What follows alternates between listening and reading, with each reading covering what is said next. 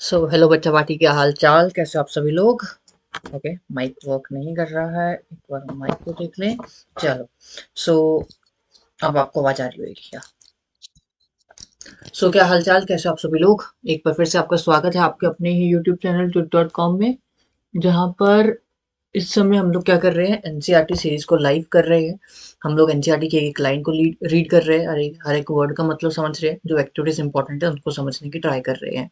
अगर जो आपने अभी तक के पिछले लेक्चर्स नहीं देखे, आपको कोई चैप्टर में डाउट है और आप चाहते हो कि वो अभी आप पढ़े अच्छे से, तो आप क्या कीजिए, आप हमारे चैनल पे जाइए। आपको ऊपर एक प्लेलिस्ट का लिंक दिख रहा होगा आई बटन के माध्यम से, आप उस पर क्लिक कर सकते हैं और आप हमारी प्लेलिस्ट पे रीडायरेक्ट हो जाएंगे, जहाँ से आप लोग जस्ट क्लिक करके ही किसी भी वीडियो को एक्सेस सॉरी किसी वीडियो का एक्सेस ले सकते हो आप लोग, ठीक है। अभी तक हम लोग केमिस्ट्री और बायोलॉजी अपनी कंप्लीट कर चुके हैं, एंड आज हम लोग स्टार्ट करने जा रहे हैं फिजिक्स।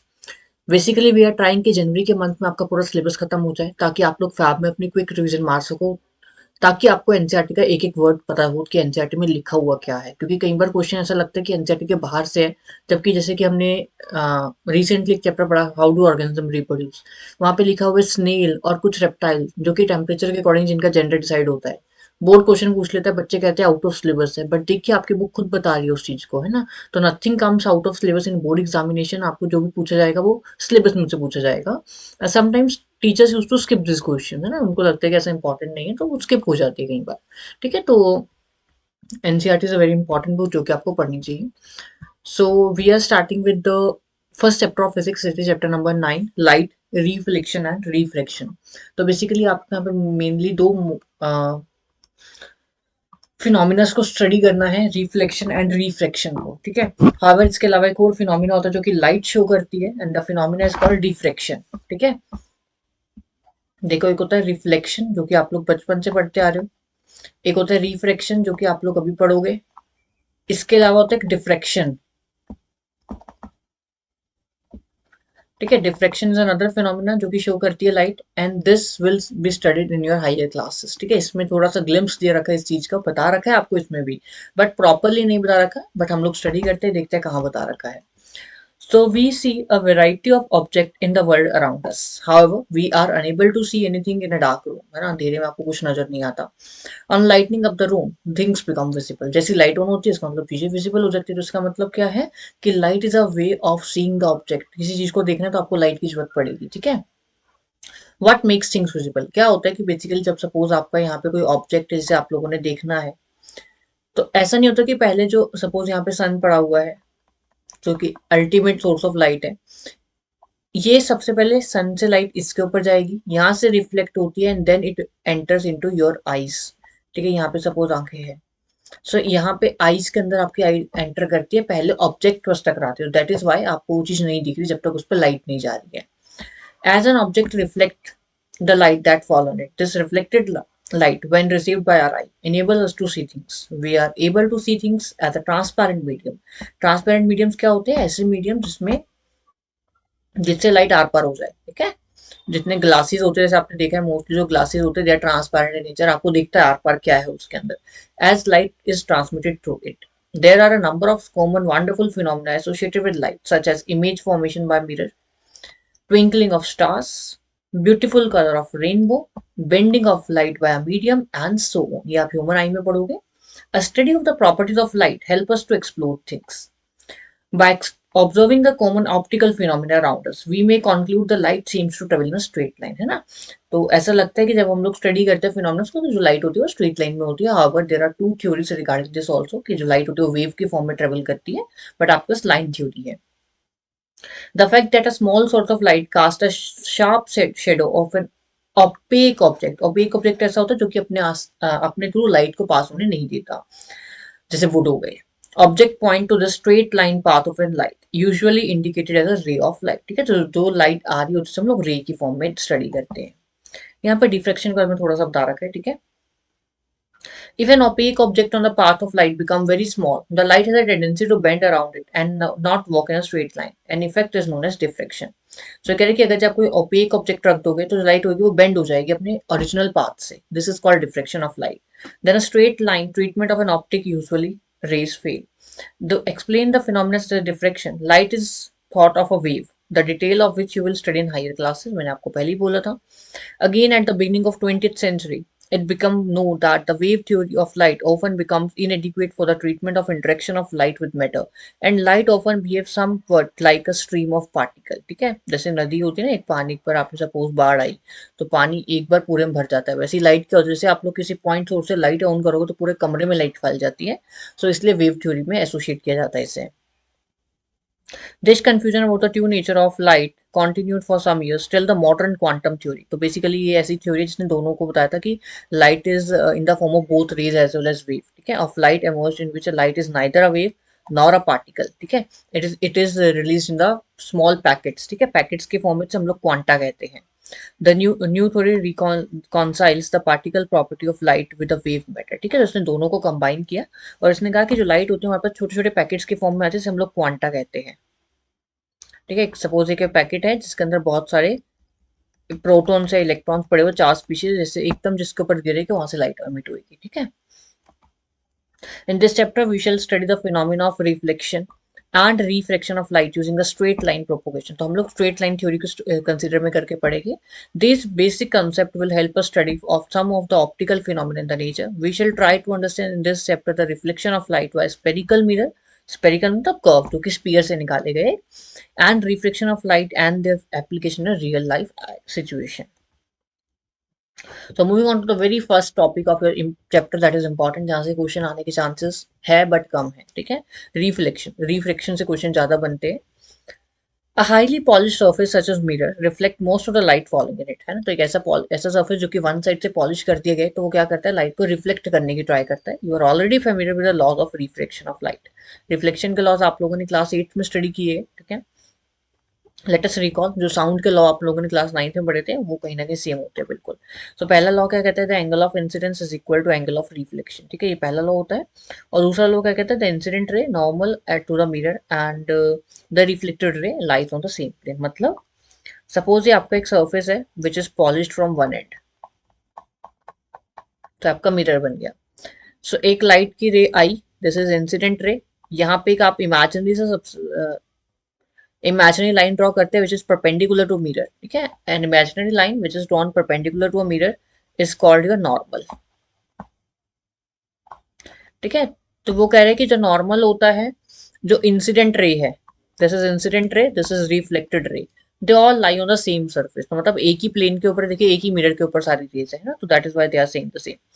और यहाँ पे उन्होंने पहला लॉ बोला that angle I, the form angle between the incident ray and the normal, whereas angle R, the angle formed between normal and reflected ray is always same. ठीक है, these law of reflection are applicable to all the types of reflecting surfaces including the spherical surfaces. ठीक है, you are familiar with the formation of image by plane mirror. What are the properties of image? तो कैसी होती है image?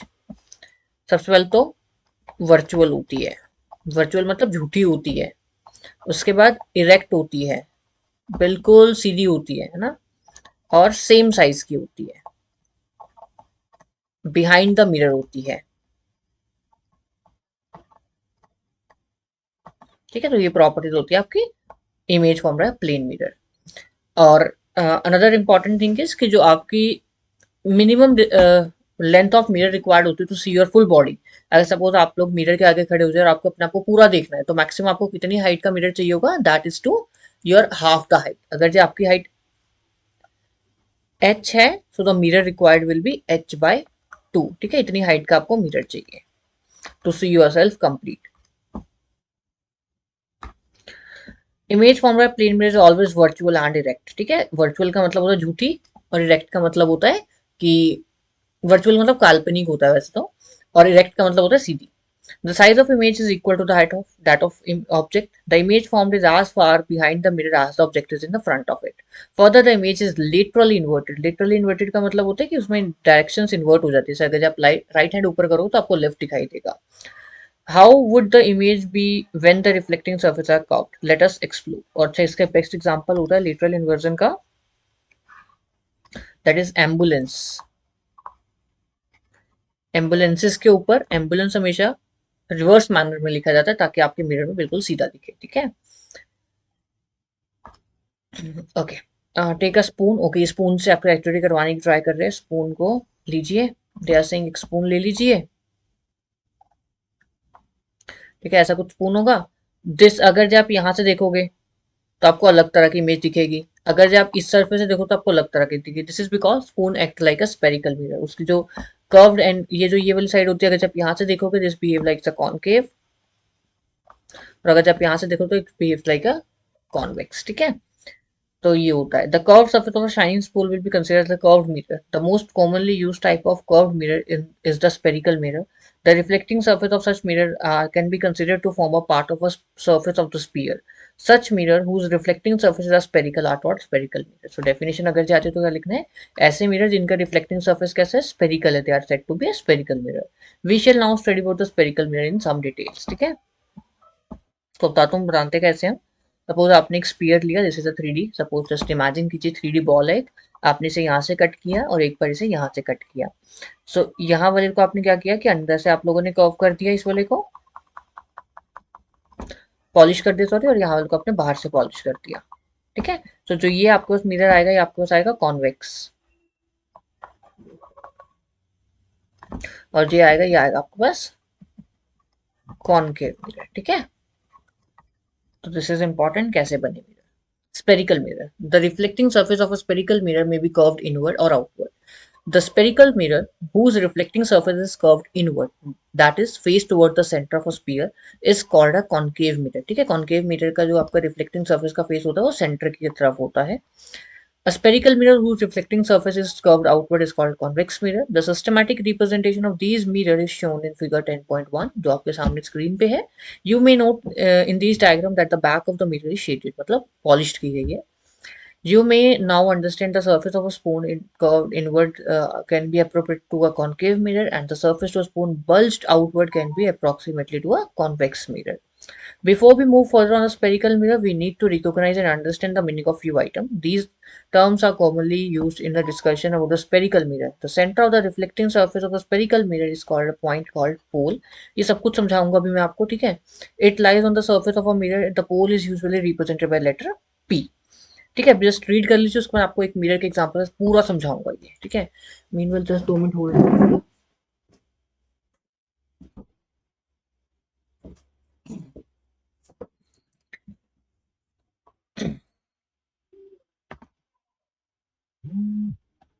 चलिए, so the reflecting surface of a spherical mirror forms a part of a sphere. The sphere has a center, ठीक है। जो spear होता है उसका एक सेंटर होगा, जिससे आप लोगों ने उसको स्पीयर, जिस स्पीयर से आप लोगों ने मिरर बनाया है उसका एक सेंटर भी होगा स्पीयर का। That centre of a spear from which the mirror is extracted is called a center of curvature and represented by letter C, ठीक है। Please note that the center of curvature is not a part of a mirror. Mirror का part नहीं होगा। It lies outside its reflecting surface. The center of the curvature of a concave mirror lies in front of it. However, it lies behind the mirror in case of a convex.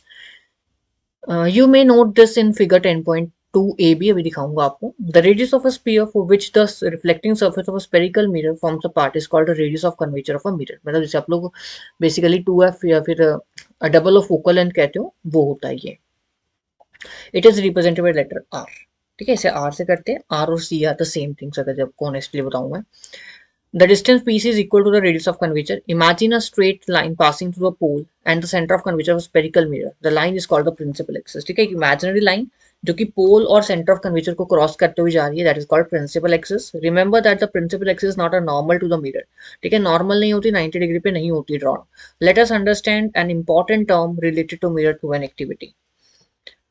Hold a concave mirror in your hand and direct its reflecting surface toward the sun. Direct the light reflected by a mirror on the sheet of paper held on a close to mirror. Move the sheet of paper back and forth gradually until you find the paper sheet on a bright, ठीक है। तो basically एक paper लीजिए, concave और convex mirror लीजिए, उसको focus करवाने की ट्राई कीजिए। एक ऐसा स्पॉट बनेगा जहाँ पे आपको बहुत ब्राइट लाइट दिखेगी, दैट इज कॉल्ड बेसिकली, वहाँ पे कंसंट्रेट कर रहा है, उसे फोकस कहते हैं हम लोग, ठीक है। Hold the mirror and paper in the same position for a few minute, but you observe आपका पेपर बर्न हो जाएगा क्योंकि सनलाइट को कैप्चर कर रहा है। The paper at first begin to produce smoke. Eventually, it may catch fire.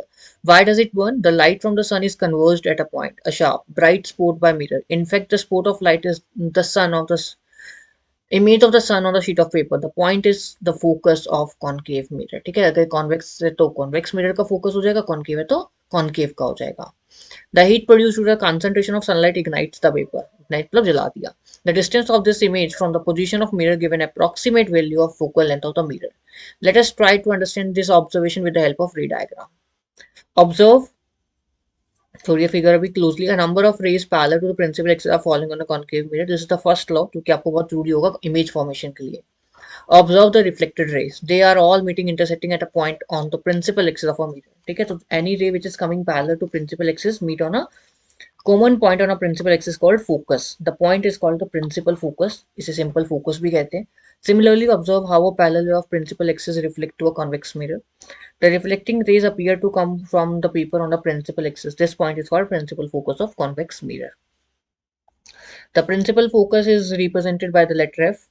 The distance between the pole and the principal focus is of a spherical mirror is called the focal length. ठीक है, it is represented by F. So इन्होंने diagram से समझा रखा है, मैं आपको सारे डायग्राम इसी पेज पे बना के समझा देता हूँ एक। ठीक है, अच्छा जो कॉन्केव मिरर होता है दैट इज कन्वर्जिंग, ठीक है, और जो कॉन्वेक्स होता है दैट इज डाइवर्जिंग। मतलब जो कॉन्केव मिरर है वो लाइट को इकट्ठा करेगा, ठीक है, इकट्ठा करेगा, जबकि जो आपका कॉन्वेक्स मिरर वो लाइट को दूर लेके जाएगा। ठीक है, तो कन्वर्जिंग का मतलब होता है इकट्ठा करना और डाइवर्जिंग का मतलब होता है दूर हो जाना। जैसे कि आप लोगों ने देखा अगर रोड्स पे कई बार अगर हाईवे की कंस्ट्रक्शन हो तो वहाँ पे डाइवर्जन लिखा होता है। डाइवर्जन का मतलब होता है अपने आप को डेविएट कीजिए इस रास्ते से, आगे रास्ता कंस्ट्रक्शन तो आप यहाँ मुड़ जाइए, है ना। तो डेविएशन का मतलब होता है डाइवर्ज करना, बिखेर देना। सो आपको अगर जब मैं सिंपल चीज़ों में बताऊँ, सिंपल वर्ड्स में, जो भी एनसीईआरटी ने एक्सप्लेन किया ऊपर इतनी कहानियां मार के, सपोज ये आपका कौन सा मिरर है, this is a spherical concave mirror, polish from one end. ठीक है, अब इसने क्या कहा, the centre of a mirror is called pole. ठीक है, centre of a reflecting surface is called pole. Then वो कहते हैं the centre from which this mirror is extracted is called centre of curvature, और you can say radius of curvature is this length. ये जो आपको दे रखा होगा पोल से लेके सी तक का डिस्टेंस जो होता है ये आर होता है, रेडियस ऑफ कर्वेचर। ठीक है, इस बाद उन्होंने कहा कि इसमें से एक इमेजिनरी लाइन पास होती है, अब line passing through C and P. एक लाइन जो कि कहां से पास हो रही है, सी और पी से पास हो रही है। This line is called principal axis. ठीक है, this is called principal axis. अब उन्होंने कहा कि अगर से कोई भी लाइट रे पैरेलल आएगी तो एक कॉमन पॉइंट पे आके मीट करेगी वो। दिस कॉमन पॉइंट जहां पे सारी रेज जो कि पैरेलल आ रही है उसे आप लोगों ने कहा focus. This is called focus, and this distance of F two P is called focal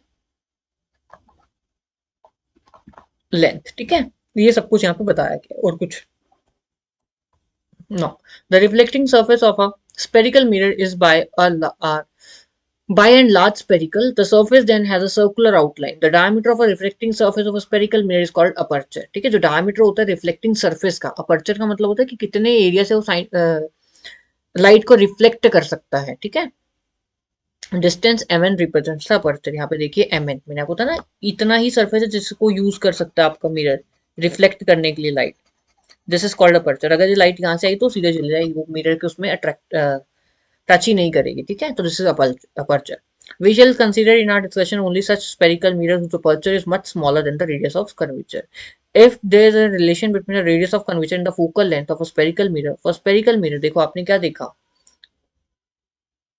कि जो आपका फोकल लेंथ था f is half of radius of curvature। ठीक है, और you can say that radius of curvature is twice that of focal length। ठीक है, so r is equal to 2f यहाँ पे लिखा हुआ है। This implies that the focal principal focus of spherical mirror lies midway between pole and the center of curvature। तो जो pole और center of curvature होता है उसके बीच में आपका क्या लोकेटेड होता है, that is focus। ठीक है, जैसे ये लिखने में लाइन बनती नहीं थी यहाँ पे। Image formation bye spherical mirror, अब देखेंगे कि हम लोग कैसे कैसे इमेजेस बनती है स्पेरिकल मिरर से। You have studied about the image formation by a plane mirror. You also know the nature, position, and relative size of image formed by them. How about the image formed by spherical mirror? How can we locate the image formation formed by a concave mirror for the different position of object? Are the image real or virtual? Are they enlarged, diminished? अच्छा, real का मतलब होता है असलियत में बन रही है, virtual का मतलब होता है हम लोग जबरदस्ती बना रहे हैं। Enlarged मतलब बड़ी बनेगी, diminished मतलब छोटी बनेगी, और have a same size. We shall explore this with an activity. So I am not going to read this activity, ठीक है, ये एक्टिविटी आप खुद रीड कीजिए एक बार। कुछ नहीं है लिखा हुआ, ठीक है, अगर ये आप ये पढ़ोगे तो आपको कुछ समझ नहीं आएगा, ठीक है। और ये इसका कंक्लूजन लिखा हुआ है। यहाँ पे क्या लिखा हुआ है कि आप अलग अलग पोजीशंस पे अलग अलग इमेजेस देख रहे हैं, आपको अलग अलग साइज मिल रहा है। I am again skipping this slide, ठीक है। ये आपको इमेज फॉर्मेशन दी गई है। अब इसको पढ़ने से पहले हमें इमेज बनानी पड़ेगी, ठीक है। रिप्रेजेंटेशन पे देखेंगे, ये टेबल बाद में आते हैं इस पे, ठीक है। So we can also study the formation of image by a spherical mirror by drawing a ray diagram. So diagram which is used to predict कि image कहाँ बनेगी, they are called ray diagrams. Consider an extended object of infinite size placed in a front of spherical mirror. Each small portion of the extended object acted like a point source. An infinite number of rays originate from each point. To construct the diagram in order to locate the image of an object, an arbitrary large number of rays emanating from a point can be considered. However, it is more convenient to consider only two rays. मतलब दो race को use करके आप लोग एक diagram complete कर सकते हो, उन्होंने बोला। For the sake of clarity of the रे diagram, these rays are so chosen that it is easy to know their direction after reflection from the mirror, ठीक है। ऐसे हम लोग रूल्स यूज करते हैं, ऐसे रेज यूज करते हैं जिसका हमें बारे में पहले से ही पता है कि ऐसा ही होगा। The interaction of least two reflected rays give a position of image of a point object. Any two of the following rays can be constructed, ठीक है। सो पहला है कि अगर जी कोई चीज प्रिंसिपल एक्सिस के पैरेलल आ रही है तो फोकस से क्रॉस करनी चाहिए, ठीक है। So a ray parallel to principal axis after reflection passes through the principal focus in case of a convex mirror और appear to diverge from principal focus in case of a convex mirror, ठीक है। Okay. Second वो कह रहे हैं कि अगर कोई चीज फोकस से निकले तो वो उसका रिवर्स हो जाएगी, मतलब पैरेलल हो जाएगी। पहले आपने पढ़ा पैरेलल है तो फोकस से निकलनी चाहिए, अब आपने पढ़ा कि अगर ये फोकस से निकले तो पैरेलल हो जाएगी आपकी रे, ठीक है। A ray passing through a principal focus of a concave mirror or ray which is directed toward the principal focus of a convex mirror after reflection will emerge parallel to the principal axis. This is illustrated by the diagram जो आपको given है यहाँ पे, ठीक है। Then कह रहे हैं कि अगर जी कोई रे सेंटर ऑफ कर्वेचर से पास करती है तो एज इट इज अपना पाथ को रिट्रेस करती है, मतलब जिस एंगल से आएगी उतने भी ही वापस चल जाएगी। 180 डिग्री की डिग्री का वो फोल होता है एंगल यहाँ पे। A ray passing through a center of curvature of a concave mirror or directed in the direction of a center of curvature of convex mirror after reflection is reflected back along the same path. This is illustrated by the diagram shown in front of you. Now they are saying, आपको तो पता ही है rule के बारे में, angle I is equal to angle R. तो अगर जी कोई भी रे किसी भी एंगल से फॉल हो रही है उतनी एंगल से रिफ्लेक्ट हो जाएगी। A ray incident obliquely to principal axis toward the pole और अ कॉन्केव मिरर और a convex mirror is reflected obliquely, मतलब जितने से आई उतने से ही वापस चल जाएगी। Remember that in all the cases, the law of reflections are followed. Or the point of incidence, the incident ray is reflected in such a way that the angle of reflection equals to the angle of incidence. Image formation by a concave mirror. तो यहाँ पे different different positions of object को लेके different different तरह की images बनाई गई है, जिसमें से दो तीन आपको मैं बनवा देता हूँ and rest you have to study from here only, ठीक है। जैसे कि अगर सबसे पहले हम बात करें इन्फिनिटी वाला केस लेते हैं हम लोग। Suppose this is your what we called is concave mirror, ठीक है। सपोज ये आपका एफ है, ये आपका सी है, और यहाँ पे कहीं इन्फिनिटी पे ऑब्जेक्ट पड़ा हुआ है, हमें नहीं पता, वहां से रे आई, आपको पता है अगर ये पैरेलल है तो कहाँ से पास हो जाएगी, प्रिंसिपल फोकस से। अगेन यहाँ से कोई एक रे आई, वो भी कहाँ से पास हो जाएगी, प्रिंसिपल फोकस। तो आपके जो इमेज जहाँ पे भी दो रेज मिलती है वहां पे आपकी क्या बन जाती है, इमेज बनती है। तो यहाँ पे इमेज कैसी बनी है देखिए, एक तो वेरी स्मॉल है या वेरी डिमिनिश्ड है। उस पर क्योंकि हम लोग जबरदस्ती नहीं बना रहे, रेज अपने आप मिल रही है, दैट इज रियल है ये, ठीक है। और एट एफ बनी है, ठीक है। अगर ये सेकेंड केस पे मूव करूं मैं,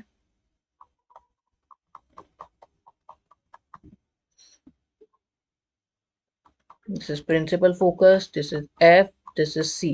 Let us say अब beyond C आपकी ऑब्जेक्ट पड़ा हुआ है यहाँ पे, this is ऑब्जेक्ट, तो यहाँ से रे आएगी, it will pass through focus। और एक हमने पढ़ा कि अगर कोई चीज फोकस से आ रही है तो it will pass through the center, तो वो यहाँ पे कहीं बन जाएगी, ठीक है। सो इमेज छोटी बनेगी, it will be smaller, ठीक है। यहाँ पे तो हवा लग रहा है आपको बड़ी बन रही है। रियल होएगी इमेज आपकी, अच्छा इन्वर्टेड होएगी, यहाँ पे भी इन्वर्टेड लिख लीजिएगा।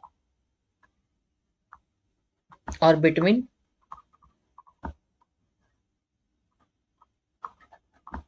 एफ एंड सी होगी, ठीक है। थर्ड केस पे चलते हैं। इसके बाद एक और केस में आपको बनवा के दिखाऊंगा, ठीक है। इसके बाद आपको इसकी प्रैक्टिस करनी पड़ेगी, अगर जब आप प्रैक्टिस नहीं करोगे तो you will not be able to draw this diagram, जबकि ये पेपर में बनाई आती है डायग्राम, ठीक है। अब हम लोग ऑब्जेक्ट को एट सी रख लेते हैं। So what you will see is, यहाँ से करने के बाद फोकस से जाएगी और आप जब यहाँ से करोगे तो वो पैरेलल हो जाएगी, तो यही बन गई। It will be of same size, then real होएगी, इन्वर्टेड होएगी और एट सी बन जाएगी, ठीक है। लास्ट केस पे चलते हैं, वेरी इंपॉर्टेंट केस जो कि बहुत ज़्यादा एप्लीकेशन वाला है, जिस पे एप्लीकेशन बहुत ज़्यादा बनती है। So this is your again same mirror, concave,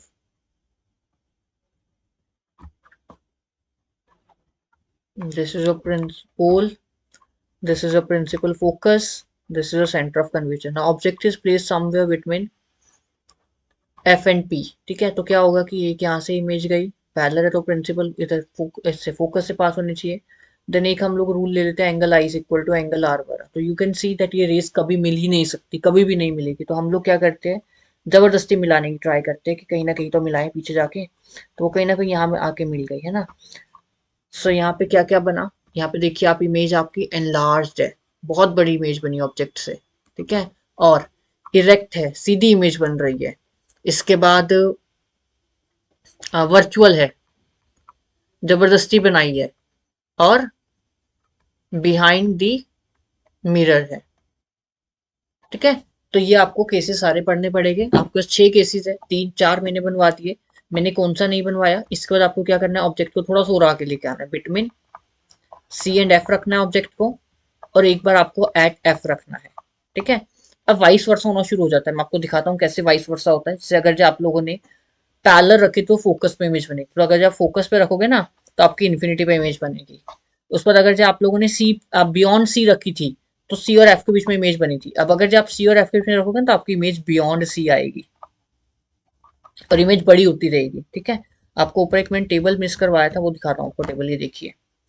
जब आपने इन्फिनिटी पे रखा तो एफ पे बनी, सी पे रखा बिटवीन एफ एंड सी बनी, सी पे रखा सी पे बन गई।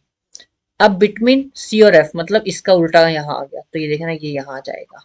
देन एट एफ, ये देखो एफ वाला यहाँ आ गया, अब इसका उल्टा यहाँ आ जाएगा इन्फिनिटी पे, between F and P behind the mirror, ठीक है। बाकी ये साइज बता रखा है और ये नेचर बता रखा है, ठीक है। तो सब कुछ आपको याद होना चाहिए विद रे डायग्राम्स। इसके बाद ये आपको, ये है आपके पास कॉन्वेक्स की।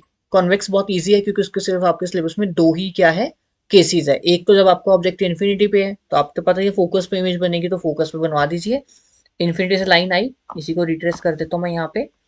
इन्फिनिटी से आई, बैक रिफ्लेक्ट हो गई, आई रिफ्लेक्ट हो गई, एंड देन आप लोगों ने बैक प्रोड्यूस कर दिया। तो क्या है, वर्चुअल है, स्मॉल है, ठीक है। और यहाँ पे इरेक्ट बनेगी इमेज, ठीक है, सीधी बनती है यहाँ पे हमेशा। ये आप हेडलाइट्स में यूज करते हो, सॉरी रियर व्यू मिरर्स में यूज होता है ये। जो आपके कार्स में मिरर लगे होते हैं ना, कॉर्नर मिरर्स होते हैं, वो यही होते हैं। यहाँ पे देखिए इन्होंने कहीं भी anywhere on the focal length रखी, तो anywhere on the principal axis रखी, तो क्या हुआ, your image will be form beyond the focus, focus और पोल के बीच में छोटी बनी, ठीक है, और सीधी बनेगी हमेशा।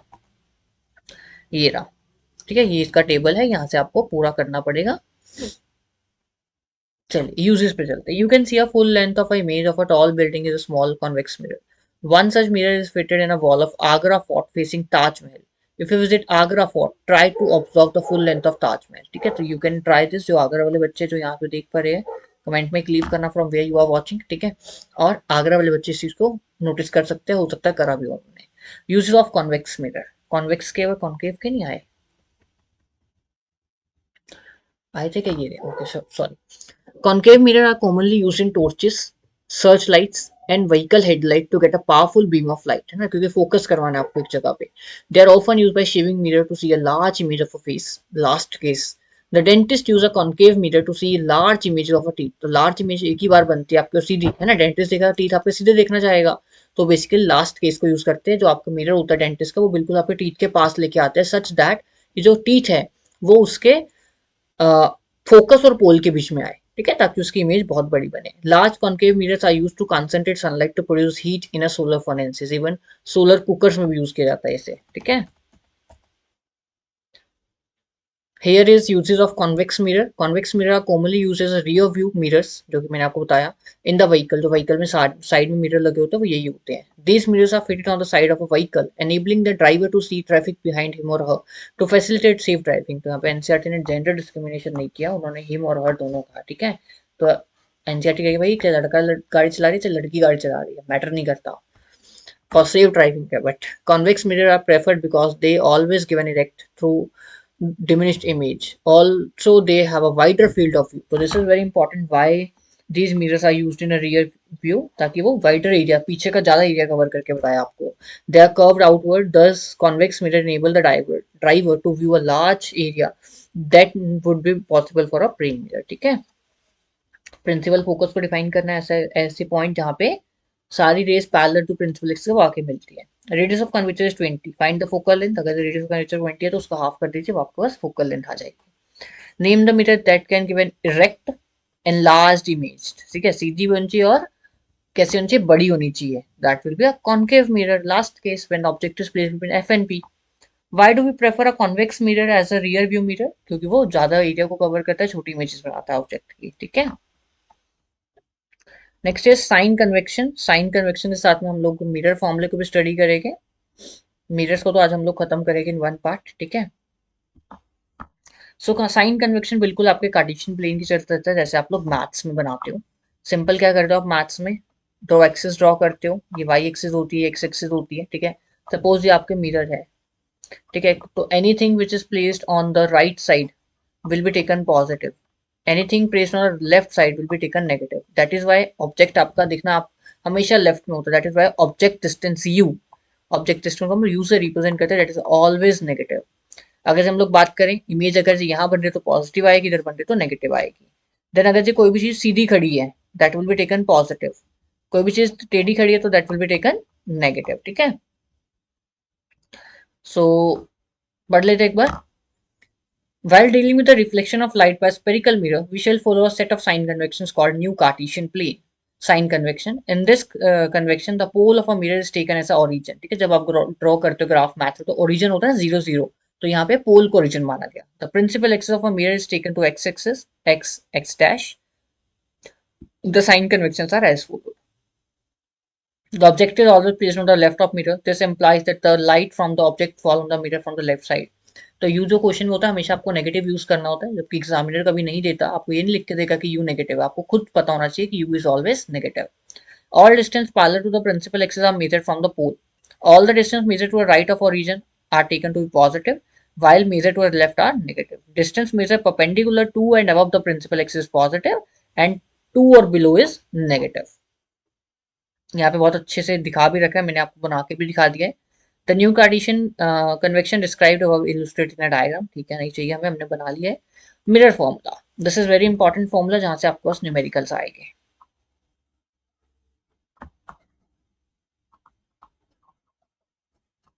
क्या लिखते हैं ना, ये मुझे खुद नहीं समझ आ रहा, तो दोबारा लिख लेते हैं.